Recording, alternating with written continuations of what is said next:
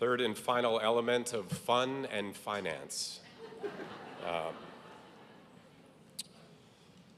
I bring greetings from the Board of Pension and Benefits. Rachel and Jim were just elected to be a part of our group, and this is truly a group that is pretty remarkable. It represents the pastorate.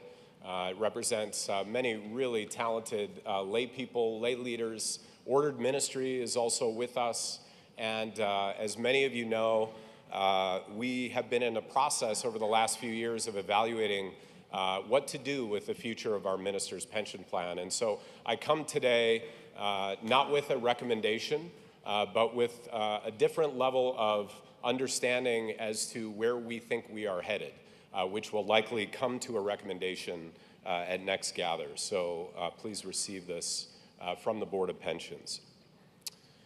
Our context is that we have a defined benefit plan, a real traditional pension plan where you make a payment into the plan. It's mandated for most ministerial credentials, and then there is a defined benefit based on that contribution that in theory you can't outlive.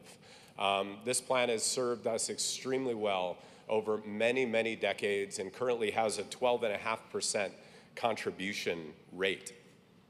2,400 plan participants, those who are active in ministry, those who are inactive but served long enough to have a vested benefit, retirees, and also surviving spouses.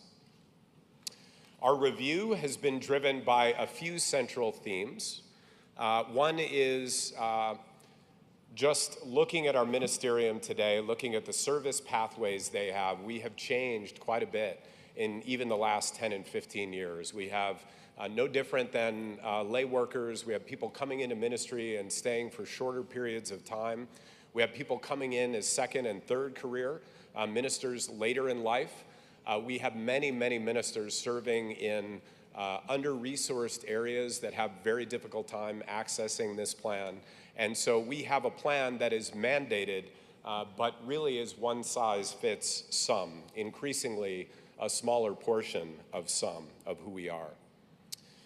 We also can't look away from the risk in traditional defined benefit plans. For any of you in the corporate world or in the public service world, the school world, you will know that these plans are declining for very good reason, and that is that people are living much longer, which is wonderful, but earnings are more difficult, people are living longer, and so at some point, a decision to do nothing with this plan is actually a decision to do something.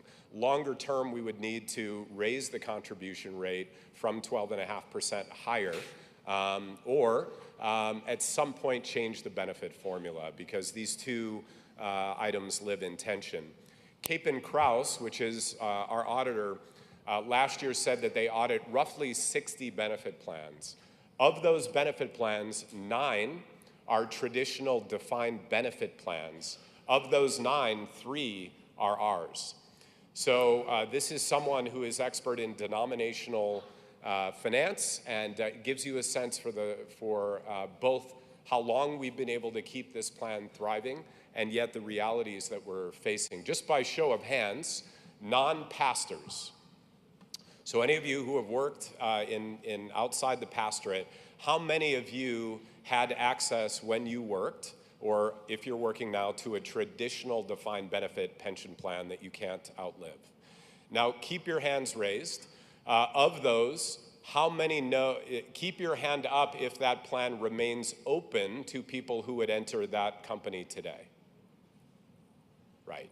So now, the further one would be, of those that remain open, how well funded are they? And so you can see the trend, and the reality in church pensions is that we are not beholden to ERISA regulatory standards, and that's a good thing. It's also a bad thing, because it means that we can make whatever assumptions we want within reason as we look at the liability that's represented by this plan. And unfortunately, the church world, other denominations have not been unaffected by this trend. We've had some dear friends in other denominations that have seen very substantial reductions in benefits for their pastorate. We do not want to get to that position at any time. Lastly, I want to make sure on this page that we set the context that we are in a good position. We are in a position of strength in our plan. That actually gives us more of an impetus to want to look at this in proactive ways. We now have just over $250 million in assets in this pension plan through the management, wonderful management of this program for many decades, and a liability from our actuarial providers that's something in the range of $241 million. If we were to close this plan today, that liability actually keeps growing every year. It is not a static liability, and that's because we're investing today in the hopes of having more capital to pay benefits in the future. So our funding ratio, what is often talked about in the news, is 105% today on assumptions that we believe are quite reasonable in the church plan world.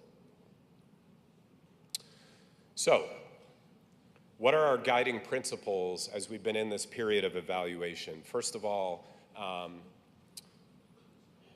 we want to deliver the highest quality benefits for those who have so faithfully served, and that is a commitment that we have and want to keep. We also want to ensure long-term plan health. We want to make sure that we deliver 100% of the benefits for everyone who has accrued a benefit in this plan. And so we live between the tension of a desire, rightfully so, to see retiree payment increases, but also the desire to not sacrifice the commitments that we've made to actives in the plan. A 1 or 2% increase in retiree benefits has a multi-million-dollar effect on our liability because you're actually committing to pay that ad infinitum. And so we have to be careful about that balance. We have to optimize our offerings to meet our service pathways in better ways. And if we're going to go through this work, we would be remiss if we did not find a way to imagine better access for pastors who serve faithfully in under-resourced settings. And so we have been talking with other denominations about how they do that and how we can be more proactive about that in a future plan. We have to be really honest about the risks that we face. The markets have gone up basically straight up over the last 6 or 7 years, and our funding ratio has been pretty consistent at 92 to 105%. And so as our assets grow, our liabilities grow as well. And we need to listen well.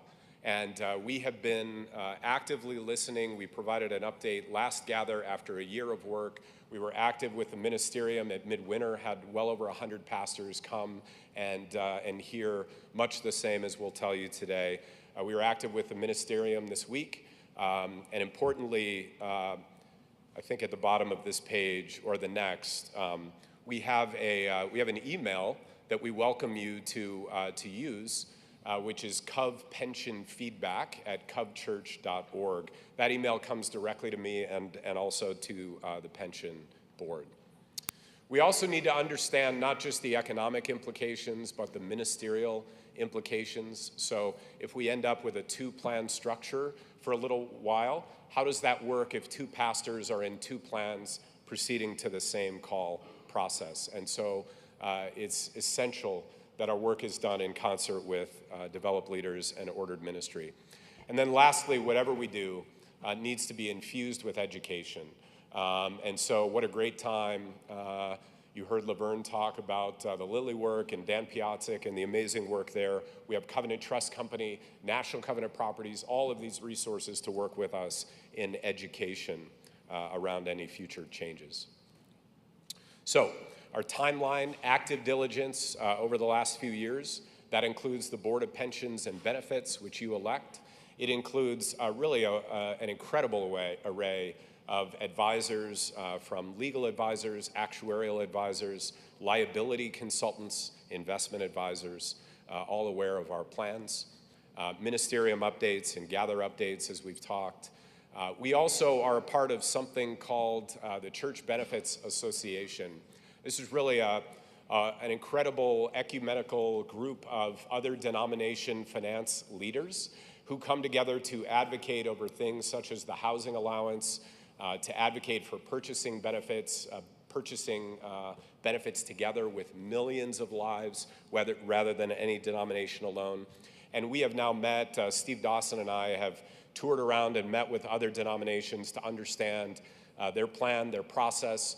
Virtually every other denomination today has what's called a defined contribution plan. So the difference there is you define what you want to contribute, you invest it, it's portable, it's your own account, and then ultimately what you can take out is reflective of what's in your portable account. We've learned a lot from the CBA. Pastoral representation, ordered ministry representation, and COLT, the Council of Administrators, and also the Executive Board are well aware of our plan and process. So our future path is very likely to end up here next year, here being Gather, with a recommendation. And we anticipate, and I'll walk through exactly where we are, but we anticipate coming with a recommendation and probably with a relatively short timeline to execution. I would expect that our changes will likely be put into place by December of 2019.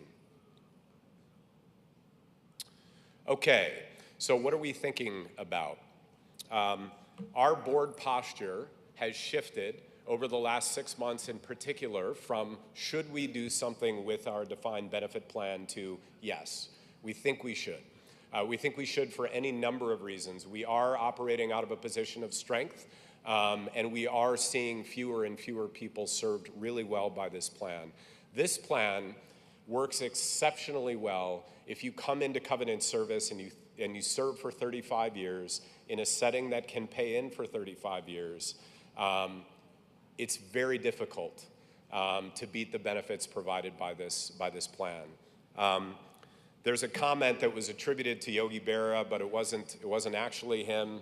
And the comment is that in theory and practice are the same, except in practice. And so you can see why it was attributed to Yogi Berra. But the reality is that the theory of defined benefit plans is a wonderful theory. There is a pooling of benefits that provides longevity risk and investment risk and timing risk and all kinds of things. In practice, those benefits, as people live longer, have been very difficult to fund long term. And so we have to be mindful of the reality of practice. Doing nothing is a decision to do something in the future. Our actuary would tell you that today, in their report, something called the normal cost, which just means this is the amount that you should be charging in order to sustain the plan long term, is above 12.5%. And so you can imagine if we went out and said we'd actually like to increase the rate that the churches are funding, that even furthers the separation of those that can and those that can't. So a decision to do nothing is a decision to do something either to the contribution rate or to the benefit formula in the future.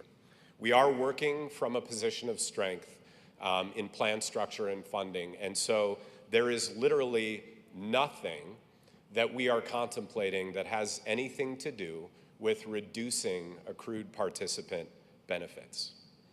There is also no concept of a plan termination. What that would mean is we're not comfortable with the risk, so we're going to hand it to a major insurance company, and we're going to have them assume that risk and make the payments into the future and not be involved with it. And maybe one of the best signs that we will manage this plan in some form for a long term is that we are very near the end of a major investment in an IT system for our minister's pension plan, which we hope to launch later this year.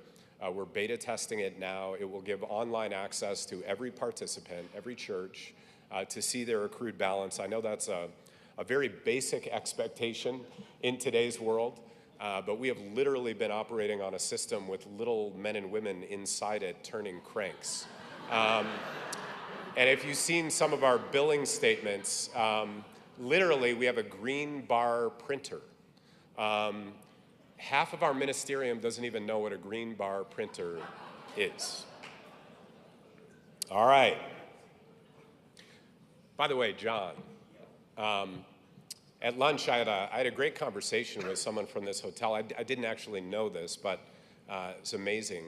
Since 1991, a different group every year of incredibly talented people has actually met at this hotel in one of the ballrooms. They do a lot of civic work, engagement. They also watch the World Series every year, and they gave themselves a name, the Minnesota Twins.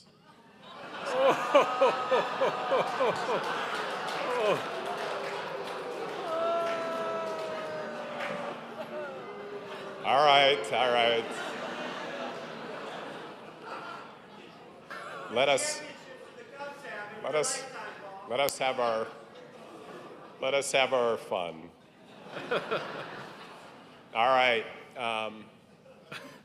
I want you to know how serious the board and that I personally take this responsibility. I have any number of covenant pastors in my family who I care deeply about.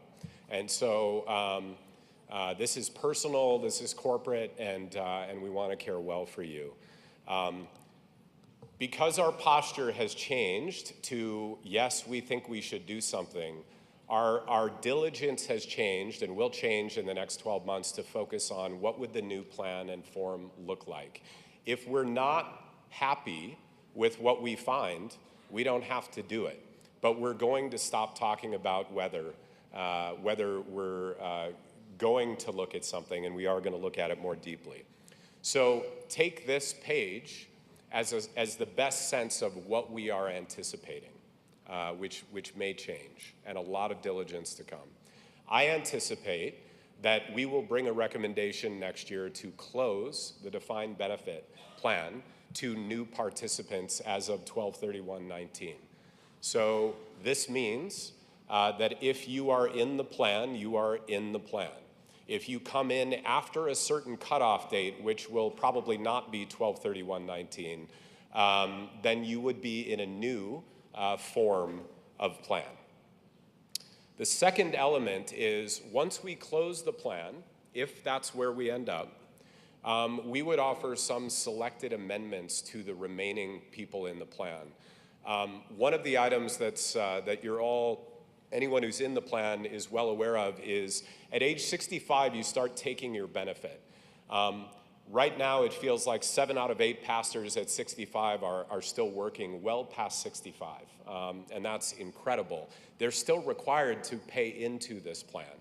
So they're receiving a pension, the churches are still paying in, and what's happening to the plan is they're immediately accruing an additional lifetime benefit without much time for the plan to be able to invest those assets over time. And so as more of the ministerium does that, it is becoming challenging for the plan. So what I would assume could happen is that we would bring an amendment that you still receive your pension at 65, and in fact, there will still be mandatory contribution as you work, but it will be mandatory contribution to a different form that will give you the ability to create a hybrid plan that has other benefits for you as well. In addition to that, once we close the plan, we have many people in the plan and a large portion of our liability represented by people who served faithfully for a long enough time to be vested in the plan, but now they're inactive, right? They're serving in another mission capacity, maybe even in another covenant capacity that doesn't participate in our minister's plan. Not a church, not a conference, not the denomination. In all likelihood, we would go and offer optional buyouts to inactive vested participants. And so the simple way, that's not a number we pick out of the air. It's a simple math formula that basically says, here is an amount of capital that if you invest it at a certain rate, you would be able to replicate the benefits that we otherwise would have owed you from the plan from age 65 till your projected mortality, which is the same for everyone in the plan. But it's optional. In some cases, it might be the right thing to take. Many of these balances are trapped, they're relatively small. People would be delighted to take that cash and roll it into another tax-deferred plan. And for others, where the balance is more material, they'd have to be very careful about that choice because because again, our defined benefit is a structure that you cannot outlive. So what buyouts allow the plan to do, once we've decided to close the plan, obviously you're starting to wind the plan down towards zero 30, 40, 50 years from now. And so if someone takes a buyout, we're giving them the equivalent value that the plan holds on their behalf, but they are taking on all of the mortality risk for funding that portion of their own retirement. And it's totally at their option. The next thing that we would do, which we're excited about, is if you're in the plan, you can remain in the plan.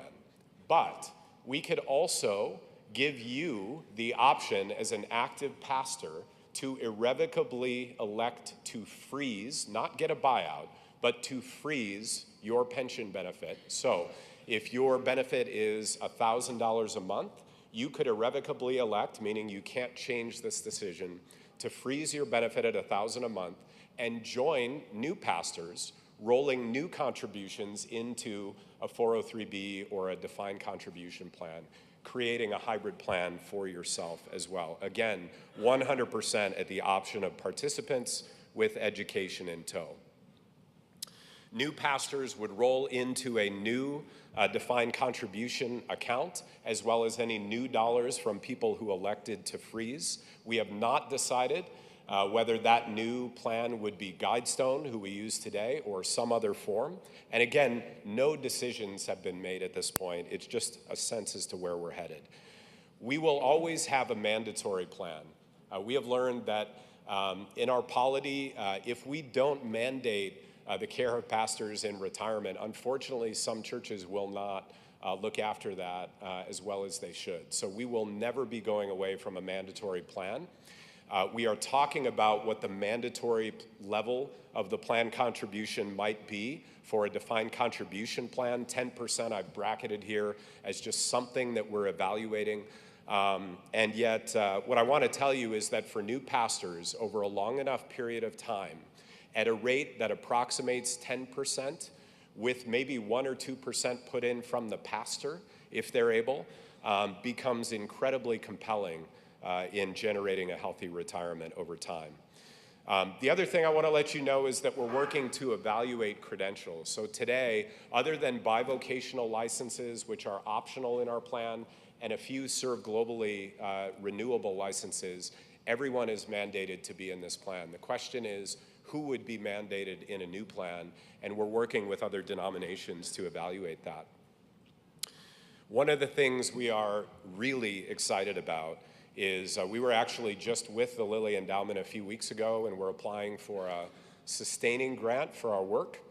And we are really excited about the potential to build a large match funding program for under-resourced churches. So if you're in a setting where your church can prove that it's under a certain economic setting, we actually even asked the Lilly Grant if we could use a portion of their funding to act as a seed gift along with major donors, and even many of you in wealthier churches have even come and asked, we might be willing, or a pastor might be willing to put in 1% of their own compensation for the benefit of those who serve in settings that are under-resourced. And so we are really excited about building a match funding program where maybe the local church puts in 4% and the other 6% is provided for a limited amount of time by those who are able to provide that support. And we're encouraged by the donor reception to this early, and just the way that we care for each other. And this would allow much greater access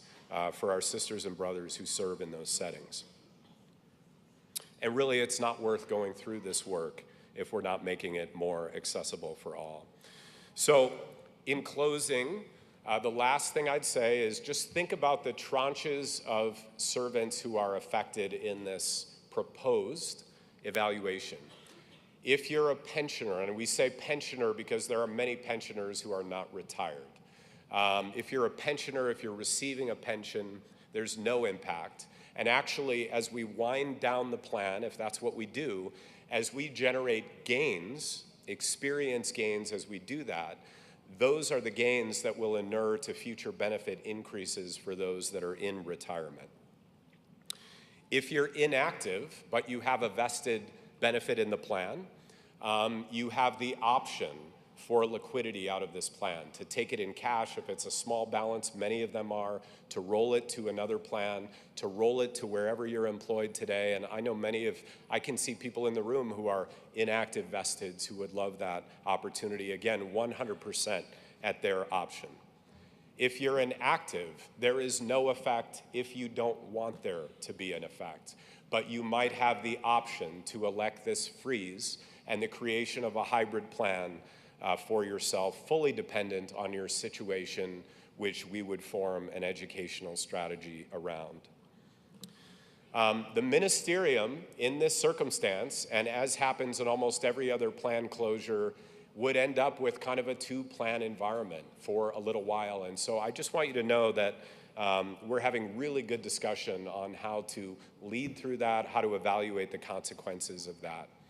And new pastors, we believe, regardless of setting, could come into a very compelling, long-term, portable 403B plan that we're getting really excited about as we meet with other denominations and talk to pastors. So by no means are we done, but I thought it was our responsibility to come to you with the approval of the pension board to deliver a message that is more focused on the fact that we're more likely to do this than not, and that we're working hard, and we covet your prayers over the next year as we talk to you, as we hear from you, and we welcome your feedback and are really grateful because much of this has been informed by what you've told us to date. So no actions, and Mr. Moderator, that concludes my report. Thank you.